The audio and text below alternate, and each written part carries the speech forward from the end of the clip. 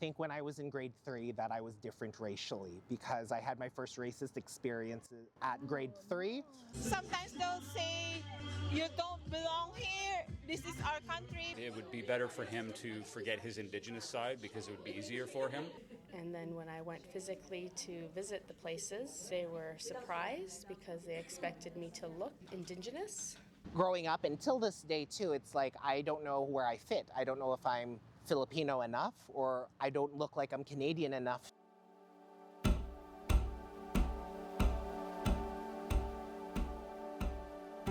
It's hard to start. You have to start scratch and you have to deal with a lot of people, new people. You need to have your confidence.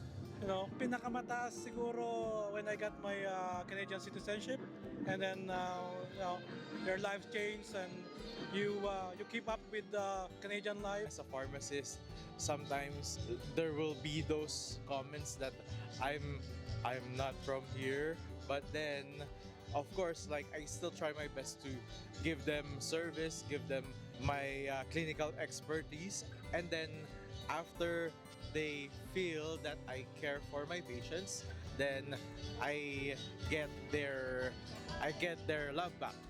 May pagkakataon rin na kahit kapwa Pilipino ay nadi-discriminate tayo. As they said that Canada is a land of opportunity, and then one of the problem that I have with Kuwait is racism. They are not really a fan of Asians. Dealing with my kids when they go to school. You know, when my kids went to school, it's like the teacher will call me, oh, your daughter or your son, they have to join with a little group because you know the way they speak, the readings. And then, no, I know my daughter, my son's capabilities. For sure, they can speak, I don't want them to have a special, so it's like, it's the way they look with the Asian, they cannot deal it immediately. They say that, oh, you're good in English, this and that. And I was like, really? Isang Pilipino na siyang nasa cashier, and then, pero ang unay niya yung puti. So, discrimination rin sa kapwa bawat isa sa atin. Or, nung pumunta kami ng Hong Kong or pumunta kami ng Thailand, sila mas inuuna nila yung mga puti kaysa Asiano. So, Anytime that you tell somebody not to be who they are or who they present to be or their culture, or you pretend that they need to be something entirely different, it's really damaging to the person, it's damaging the community, it causes disconnection, nothing but problems in my opinion. So I think it starts with the kids. You've got to have proper programs that show compassion, show diversity, and show inclusion for races and cultures that are different than our own. I think it's more of sometimes our qualifications. We have to upgrade for us to be able to do the same job that we're doing in the Philippines. Just like I was a teacher there. So back here I have to upgrade and study more to be able to teach in elementary. Working in a hotel, one of the biggest hotels in Northern America, but you cannot see Asians or people with color on top of the management. So, discrimination is everywhere also in Canada, not only in Alberta. I started doing community work. I don't know if it was because I was young and I was Filipina, but I remember working with organizations whose administrative heads were like, well, everything should be dictated by me. And I was like, why should that be, right? And I think in some cases, sometimes even if I were to go to conferences, I'm still perceived as, oh, this is how a Filipino should act in academic contexts. So I still experience that. 11 years old. Yeah. So now I'm like 19 years old. So like she said, I had a bit of culture shock growing up. I had a hard time adjusting to school, especially since I wasn't really that good at English at the time. I used to be active in the Philippines, but as I came here, I started being quiet, less sociable with people because I didn't really know how to talk to people that much. So I've actually tried to do now is work with other community organizations to build the capacity of youth, particularly migrant youth, to use their story to advocate against racism or ableism or heteronormativity. Yeah. How do I grow from this, and what can I do to make things right?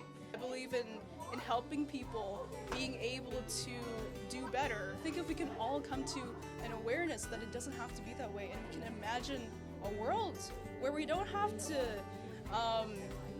shut certain people out of certain things. Such as these, where we're coming together, we're talking, we're discussing, we're sharing our opinions, people speaking out against it, sharing their experiences, getting together and being together to do art, to do different activities, to play sports, be in school together, be an inclusive society, invite everybody to everything, have no barriers.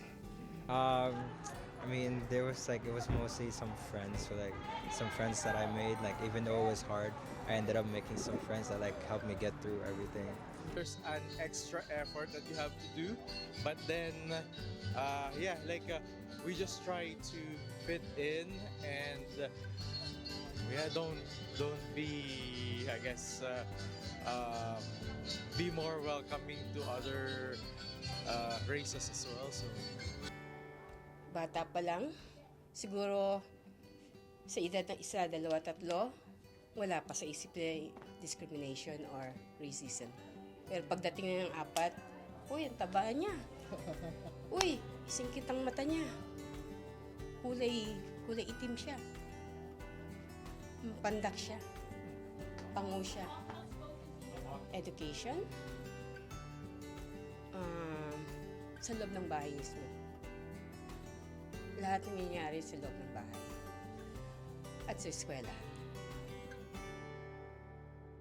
Malaki yung potential ng community if people are sharing their stories with one another.